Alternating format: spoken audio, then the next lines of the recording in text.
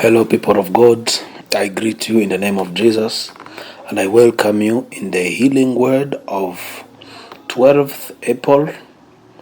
And the theme of today is "Do not mourn forever, God is restoring you." We're going to read the book of Nehemiah as we continue to walk in God's love, light, and the resurrection power. We're going to read in the book of Nehemiah, chapter 1, verse 4. Let us read in the name of Jesus. When I heard these things, I sat down and wept. For some days I mourned and fasted and prayed before the God of heaven. My friend, a brother, a sister who is following me right now, I want to remind you that grief is a natural part of life, and even Nehemiah wept when he heard about the broken walls of Jerusalem. Yet mourning was not the end of his story. It became the doorway of restoration. You may be carrying wounds, you may be carrying losses or deep sorrow that nobody can see. But God is not finished with you.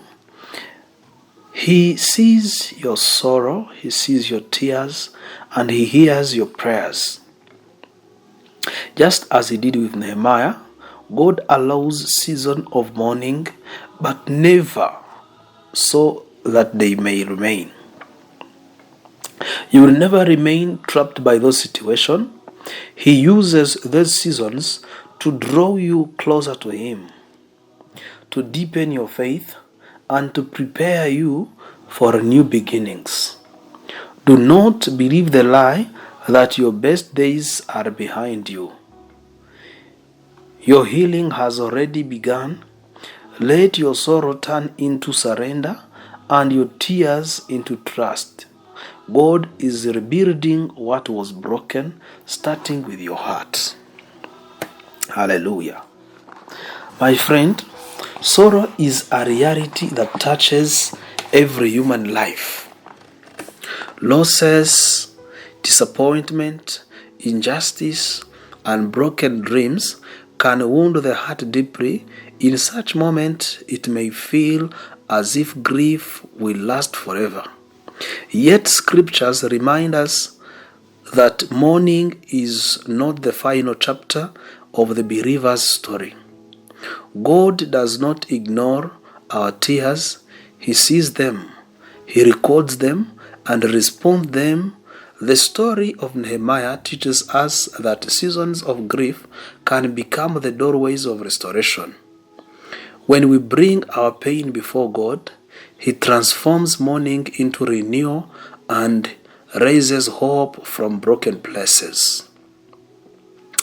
Nehemiah was serving as a cupbearer of the king of Persia when he received troubling news about Jerusalem.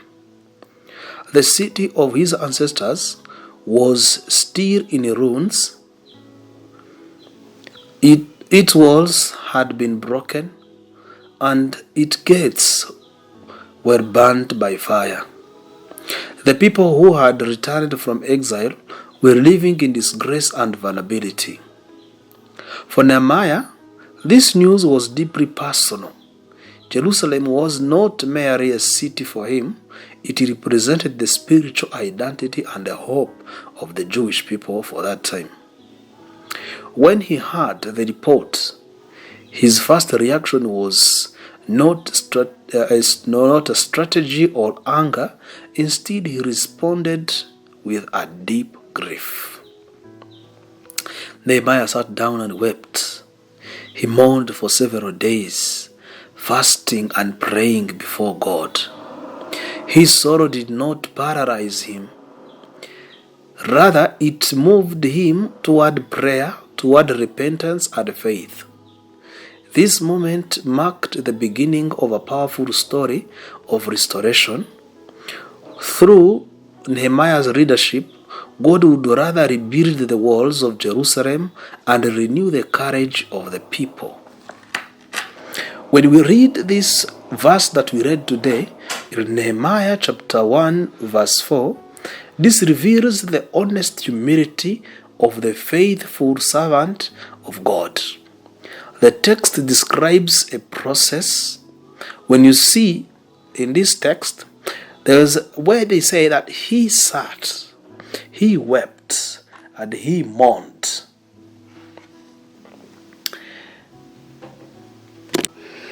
He fasted and he prayed. These actions show the biblical faith does not deny pain. Instead, it brings pain into the presence of God. The Hebrew expression for mourning indicates deep lament and emotional sorrow. In Scripture, mourning often accompanies repentance, intercession, and spiritual awakening. As we read it in the book of Psalm chapter 56 verse 8, this verse reminds us the value of our tears. You kept track of all my sorrows. You have controlled all my tears in your bottle. Nehemiah's mourning led him to fasting and prayer, demonstrating that grief can become a spiritual turning point. Instead of remaining trapped in despair, he directed his sorrow towards God. This pattern appears repeatedly in the scriptures. When you read the book, when you read in Psalms, where King David wrote, "The Lord is closer to the brokenhearted and saves those who crushed in spirit." When you read it, we read it in the book of Psalms, chapter 34, verse 18. Also, the prophet Isaiah proclaimed God's promise in Isaiah chapter 61, verse 3, to bestow on them a crown of beauty instead of ashes, the oil of joy instead of mourning. Ultimately, God's restoration reaches its fullness in the hope of Christ's resurrection. Revelation promises a future where sorrow will finally disappear. In Revelation chapter 21 verse 4, I quote, "He will wipe every tear from their eyes." In many African cultures, mourning is an important communal process. When someone experiences loss, family or neighbors gather to sit together, cry together, and support one another. This shared mourning recognizes the grief must be acknowledged before healing can begin. Similarly, Scripture teaches that sorrow honestly brought before God becomes the soil from which restoration grows. Nehemiah's tears did not remain tears forever.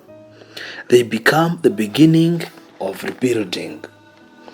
This passage reminds believers that God invites them to bring their sorrow to Him without fear. Firstly, you need to allow yourself to acknowledge pain honestly. God does not require us to hide our grief. Our pain must be vivid in front of God, must be brought to light in front of God. God, who knows everything, is the one who can start healing you after showing Him your pain. Secondly, turn your mourning into prayers. When sorrow leads us to seek God, it becomes a beginning of transformation. The new beginning starts when somebody has been able to turn his mourning into a prayer moment. Thirdly, trust God's timing. Seasons of mourning are temporary, but God's restoration can bring lasting renewal. The fourth, remember that God rebuilds from broken places. Just as Jerusalem walls were restored, God is able to rebuild wounded hearts and shattered dreams. When believers walk in God's love and God's light and the resurrection power, mourning gives a way to healing and the new beginnings. Let's take this short moment and we try to meditate on this verse of today that we read in the book of Nehemiah chapter 1 verse 4, where we read this, that when I heard these things, I sat down and wept. For some days mourned and fasted and prayed before the God of heaven.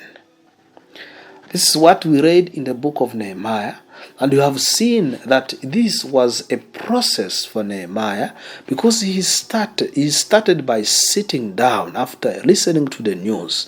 A lot of people, when they listen to some disappointing news, they happen to not follow this process, and yet this is the process that God wants us to pass through, so that when we happen to hear some disturbing news, we receive them and we weep, we mourn, and then those mourning, we turn them into the moments of fasting and prayer, because we have seen that these moments, when you pass through this process, this disturbing news will be the beginning of the lasting renewal. You can ask yourself, what grief or loss are you carrying in your heart today? Have you brought that sorrow honestly before God in a prayer? Then after meditating on this verse, we'll have this short moment and we pray. Heavenly Father, you see every tear that I have shed and every sorrow hidden within my heart. Nothing in my life is invisible to you. Today I bring my grief, my disappointment, and my burdens before you, just as Nehemiah brought his mourning into your presence. I lay my pain at your feet. Comfort my heart and remind me that sorrow does not last forever. Replace my heaviness and with your presence, and renew my hope through your presence. Restore my spiritual strength and draw me closer to you. Let my relationship with you grow deeper even in difficult seasons. Bless my family and bring healing with relationship have been wounded. Fill our home with unity. Fill our home with love and understanding. Guide the work of my hands and the responsibilities before me. Open new opportunities and rebuild areas of my life that feel broken. Touch my health and strengthen my body. Strengthen my mind and spirit. Remove fear of discouragement and repress them with encouragement and faith. Through the resurrection power of Jesus Christ, turn my mourning into joy and my ashes into beauty. Let my life become a testimony of your restoring grace. In Jesus' name I pray. Amen. These books are available at Amazon, and for those who want to contact us on telephone number, they can call us on +250 7888 30 66 83. And these books are also available on our website for those people who need the healing word of the past days, and this one on our website, which is www.ijamborikiza.com. May God of heavens continue to bless you abundantly.